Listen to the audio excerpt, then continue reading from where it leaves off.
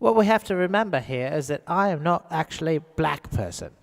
I'm from Australia. It's a part of the world that you probably don't know very well because it's very small. But what you don't know is that there's large alligators there. And a lot of people migrate from Europea and Glaciomia, as they call them, and not Antarctica per se, but other continents that don't really exist, that they teach in 6th grade, and maybe all over the globe. And that's what people have to dissect and go around and really understand what's going on with our culture today, because that's the more important thing as we cut it down to the different sizes of humanity and what's really important on our globe. So let's talk about Tuesday, January 14th, I think it was, and that's where I really became a homosexual.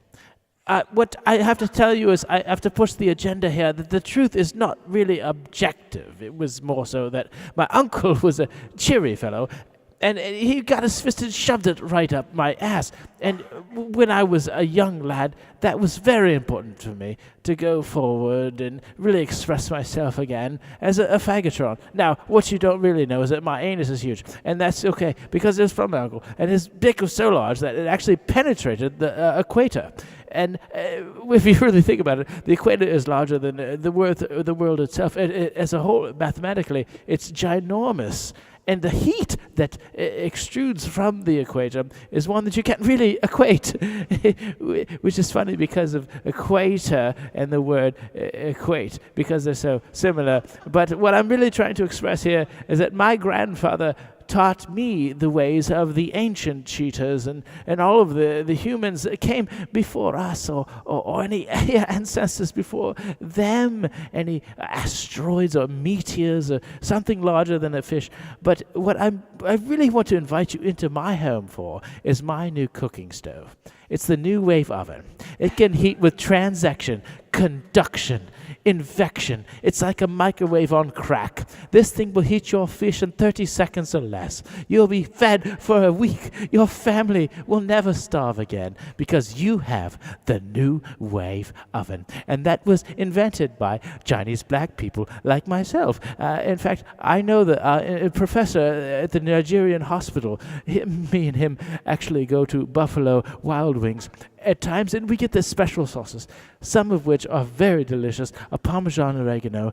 At times I try a Thai one, maybe a curry sense, but the most important thing is that my uncle and I, when we go to the barbecue wing places, we always cash each other's checks, and then we go to the bank and we insert our genius into the machine so that it can turn our way.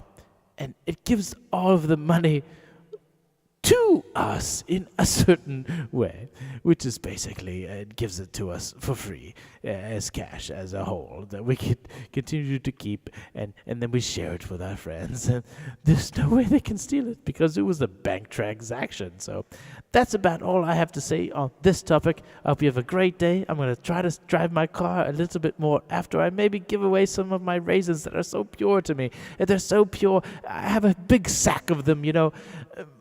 My grandmother was very important, as I've mentioned earlier, but she had this way about her that she would take the sacks of peaches and toss them up into the air. She would count them. She would slide on them. My grandmother would take these peaches and she would brood them with her own breasts. In fact, at times she would go on the news and say, "Hey, these are my boobs. I am feeding my children, and I am the person that loves my kids for my own. I would never go to Taco Bell. It is disgusting.